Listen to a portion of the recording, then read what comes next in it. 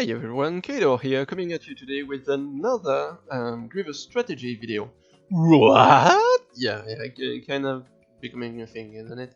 So, today I wanted to do something a bit different. I wanted to show you, what I do when I use the team to fight. I actually cherry-picked those fights. I picked the hard ones. I picked the ones where the RNG goes away. I picked the ones where I get a bit fucked around. These are the good examples ones. They are still like all on my climbing today. So I just cut out, the easy wins, and I put in here everything that had stuff I wanted to expand a bit about and give you my thinking when I'm in these kind of situations, because I think it's pretty important to really know what you're doing with this team. I mean, it's kind of obvious. If you want your win rate to go up, you have to know what you're doing.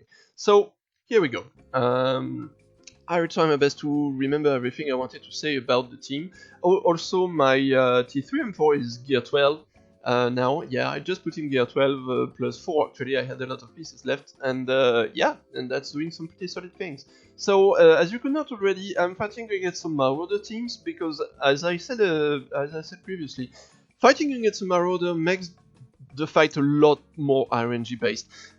He does a lot of stuff that can make the fight go wrong. The win rate is still really consistent, don't get me wrong on this, but you have to be aware of a lot of little things if you really want your win rate to be high enough.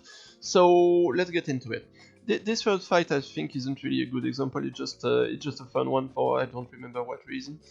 Let's see what happens. So yeah, classic, usual. Anything classic? Yeah. Oh yeah, I remember now. This is a fun one because actually my droid, see, right there, one of the reasons why Marauder is really tough to fight against, when he uses his special, he actually clears your taunts.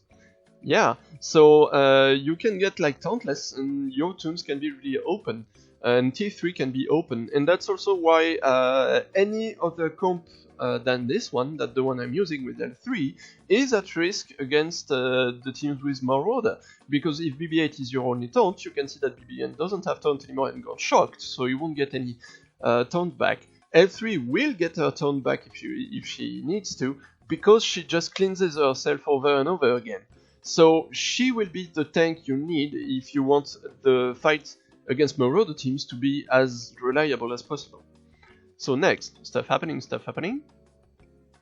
So you see I wiggle but I don't get taught back. And yeah, this is the funny part. This is actually the first time playing this team that Grievous gets a turn before any droid dies. I don't really know why this happens, because that guy's Raven isn't that slow. I mean, it's kind of weird. Shenanigans, speed shenanigans, so I can't use the crawl, so I can get a bit of bonus health out of Malak and to Grievous, so I'm just gonna use the basic. And I'm going to use the basic on Malak because, and that's one of the points I really want to make in this video, one of the most important things you can get out of this is that you have to be smarter than the AI. So I will need Raven to make his AoE after this. Okay, I will need this to happen, and he's very, very close to playing. So let's see what happens there. I will go for Malak because that's what I do usually, and I kill him.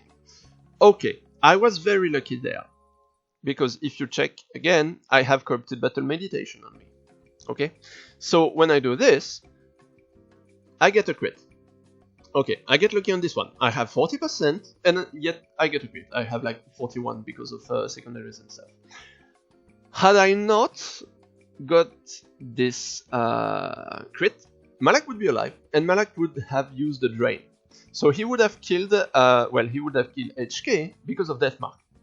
Okay, but that means that next, Grievous would have taken another turn, and there wasn't enough ferocity on the board for the AoE to kill everyone. So after that, Raven would take a turn. So in this situation, my T3 is tanky enough that he would survive, that Raven would just do AoE, these two would die, and then Grievous would just do AoE and kill everyone. So that would have been fine. But had my T3 been lower, or would my T3 be modded to be less tanky, this right here was a mistake. In the end, it turns okay, but it could have been a cruel mistake. So be very wary of this. When you hit Malak and you don't expect to crit, you will trigger a drain. That can work against you, that can work for you too. You can be like, that can be a really, really good thing for you. So next I'm just gonna keep rolling. The usual. I mean, the start is always the same. You just do the same thing over and over again at the start. Yeah, the easy stuff. That's like, get this turn order every time in your fight. The only thing you can be a bit more wary of is on this Grievous first turn most of the time. So, interesting stuff too. You can see right here that both my droids get pretty low at the same time because they, like, you see they spread their damage a bit. So when HK does his AoE, BB-8 gets pretty low, but that still doesn't trigger L3's Zeta. That will, however, put death mark on HK. That's what you want, actually. You want this to happen. You want BB-8 to be tanky enough, but to be not too tanky because you want his health to drop below 50% when HK does his grenade, in order to put death mark on HK, because at this point you see that, well, even if L3 is able to take a turn again, I don't have any taunts left. So I just turn back, because L3 is that good. And now, this AoE right here, two possibilities. See, I mean, it did enough damage that it outright killed BB-8, but you see that L3 dies. Why is that? Well, actually, that's because of a pretty weird interaction. But, so, the first thing to know is that he's targeting HK when he does that. He could have been targeting L3, but the IA targeted HK. So, the storm would kill BB-8. But it doesn't happen because of L3's Zeta. L3's Zeta equalizes health with BB-8. But then, the damage is enough to kill L3. So L3, the damage still wasn't really applied to her, and she died after the equalization. So that's pretty bad for me, because now he gets a basic on HK and he kills him. So I just lost 2 droids right now. That's really not something you want to see happen. That only happened because at the start, they kind of spread their damage around between the 3 droids, and so L3 was a bit too low. That could also be that I made my L3 a bit less tankier yesterday, so that might be a sign that if I want to be at my best chance against Marauder teams, I have to put her back to be a bit tankier than that. So Grievous takes a turn, of course, because a lot of droid dies. And, well, I'm in a weird situation, because Bastila is about to play, and if I go for Malak, I know he will get a drain, remember? If Malak plays, he gets a drain. I don't want that to happen because of the mark right here. But, yeah, I mean, what can I do in this situation? Because he's taunting. So, really, there is not much I can do. So, I think to myself, like, I don't want a drain to trigger. So, I'm just going to try the AoE and try to kill people. Pretty good. I mean, that's pretty good still. But then, and that's at that point that I realized that I was an idiot, because how the mark from Grievous works in a very specific way. And it's at the start of every turn, he gets the mark on the healthier droid until the end of his next turn.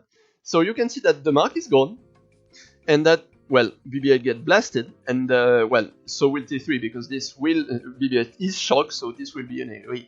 So that was a mistake from me right here. And I noticed that while playing, you know, I don't know everything about the game, I still figure out stuff. So now, well, I'm kind of screwed, so I'll take Revan out because he's like the most threatening, but yeah, I just lose to the 2 other ones. Okay. So at that point, I'm like, huh. I just watch my footage, and so I'm gonna try something else. That's the same guy again. So yada yada, same start of the turn every time. Yeah, there you go, same thing. Good old same thing. So now I want you to pay attention to that little detail right here, because comes to bite me in the ass just a tad bit later.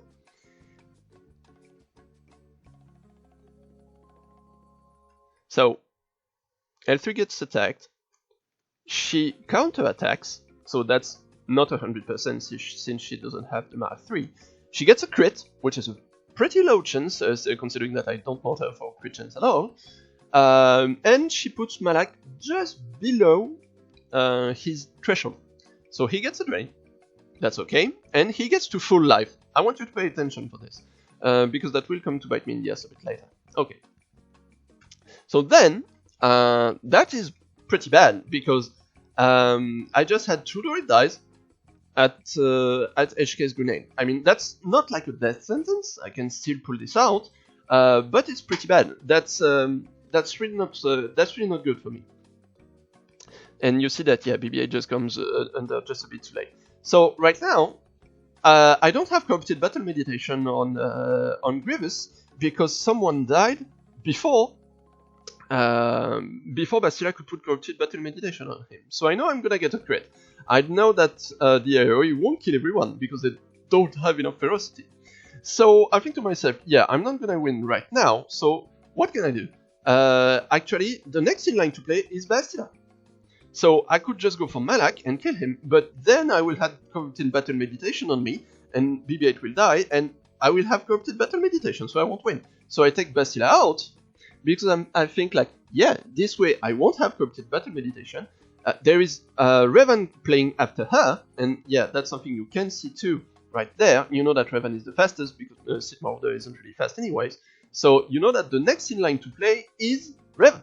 Well, it's BB-8, but BB-8 is shocked, so it doesn't matter. So at this point, Revan is going to do his AoE, and the AoE will definitely kill BB-8. So I was like, huh, yeah, pretty good for me. And then I do this stupid thing. Just see what happens. Okay, BB-8 is dead. Well, Grievous takes a turn, perfect. No corrupted battle meditation, I'm going to kill everyone, right? Whoops. Yeah, so since there is, since there is someone missing, Bastila is dead, I just fall a tad bit short of damage. Just a little bit. But, so at first I thought to myself, oh, I was so unlucky to get this, this counter attack to trigger, and him to drain, because he's back to full health. And since I lose the fight. Yeah, spoiler alert.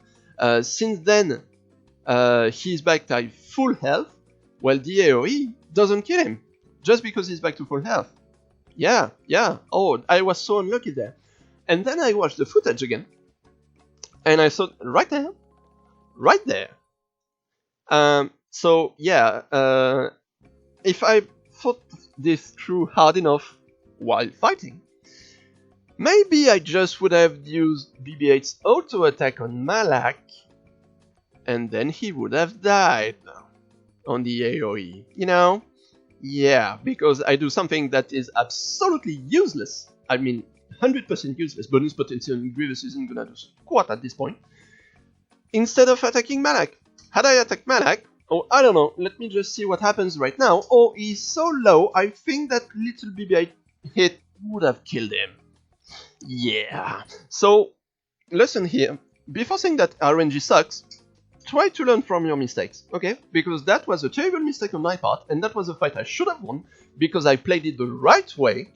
Getting Bastila out was the right play, but then I fucked it up. And so, yeah, I mean, Malak is such a balanced character, you know? Oh yeah, I don't get a crit, oh yeah. And then, yeah, he's such a balanced character, you know? Oh, that's a crit, but then, yep, I'm dead.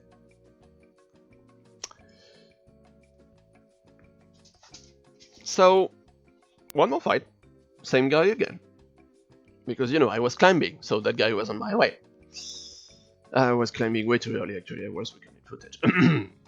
So, yep, still going. Still the same guy. Still my order, so still a bit scary. The usual. So now the fight is going kind of like accepted. I mean, everything is going on the taunt, and see, perfect. Oh, grenade. BB-8 is low enough. Death mark. Perfect. Taunting again. Yeah, I have my two, like, I like him. Perfect. See again? This is a very weird interaction that I just noticed. Actually, I noticed it while recording. I didn't notice it the first time. So yeah, when Raven will do his AoE, that will trigger L3's Zeta on BB-8, and then she dies because she takes the damage of it. That's actually very interesting. Okay, so now I'm in this situation. So I have corrupted battle meditation on my face. So, well, at this point, I'm like, well, last time, you remember a bit earlier, when I was in this situation, I just went, fuck it, let's do AoE, because I just don't want to hit Malak.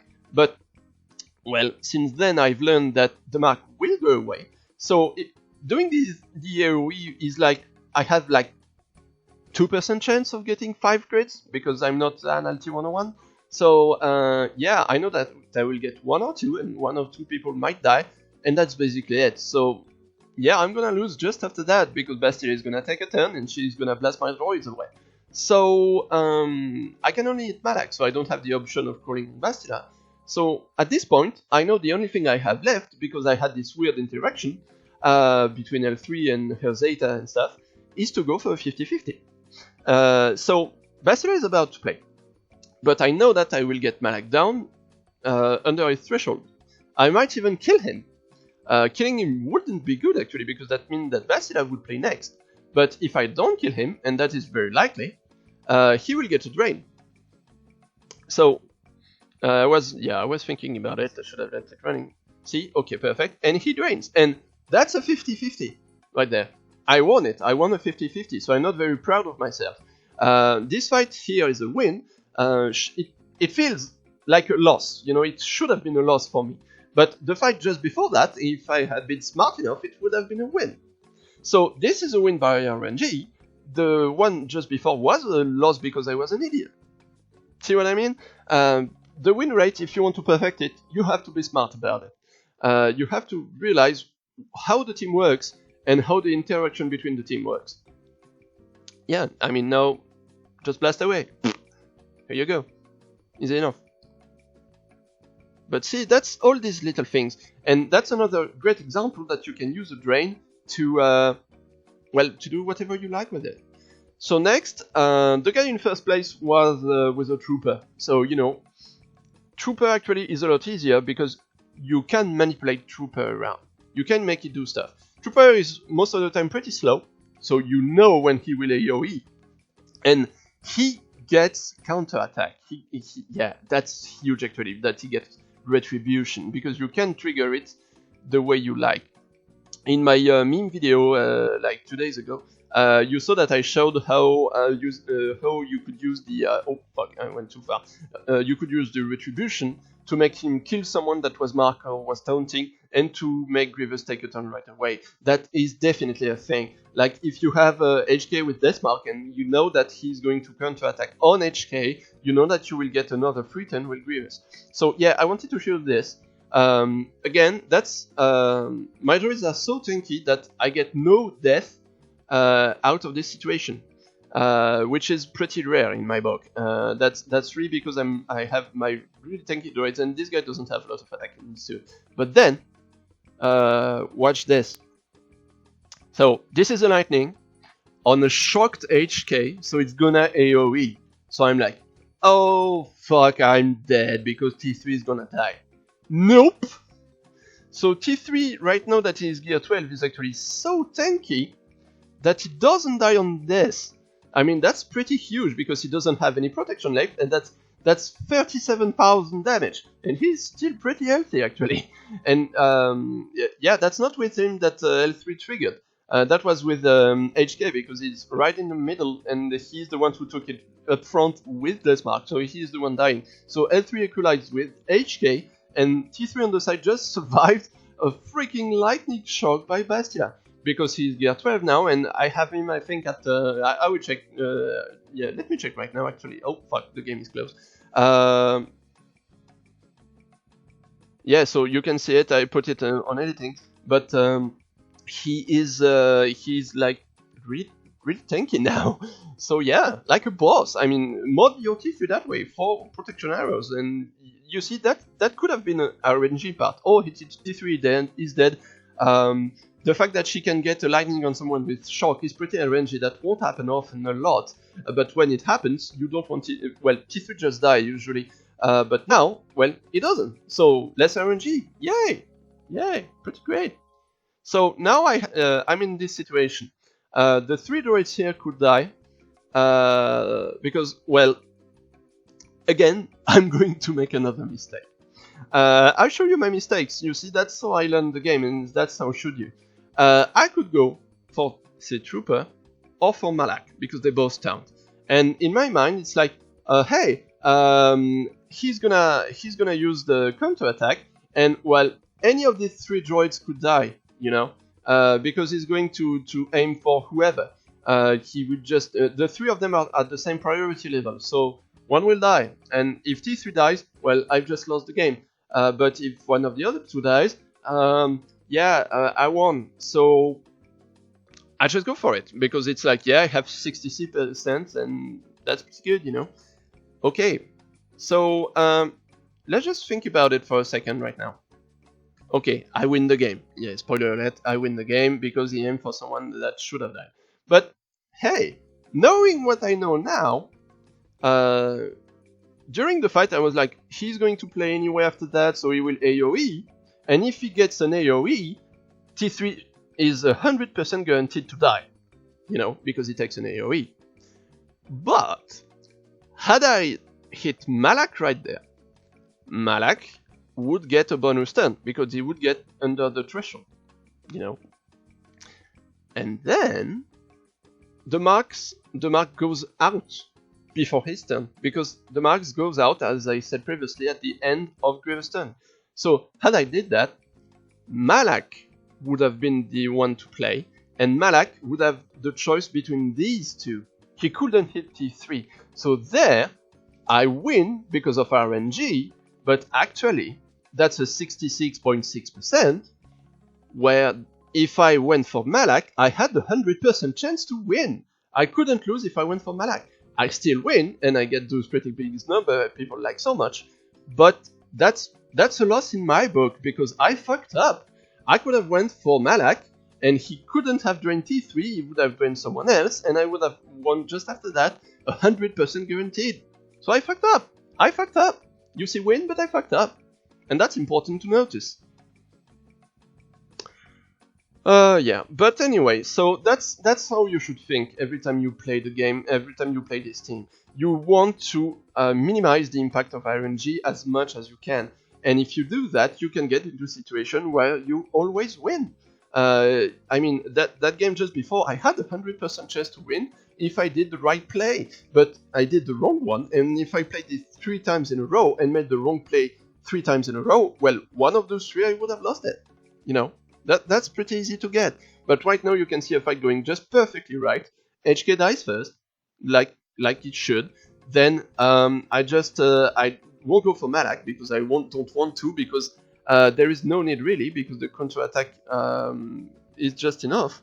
But hey, again, when you think about it, I'm really bad with that mark thing, because the mark would go away and Malak would drain one of these 2. But there, it's what I did is the right play, because the next in line to play is Trooper, and this is something you want to be very aware of. Trooper is going to play next. I know that Trooper is going to play next, whatever happens. So I know that Trooper will kill BB-8 100%. So at this moment, I know that I anyway have 100% chance to win, because the next in line is Trooper. He does his AoE, then I win the game.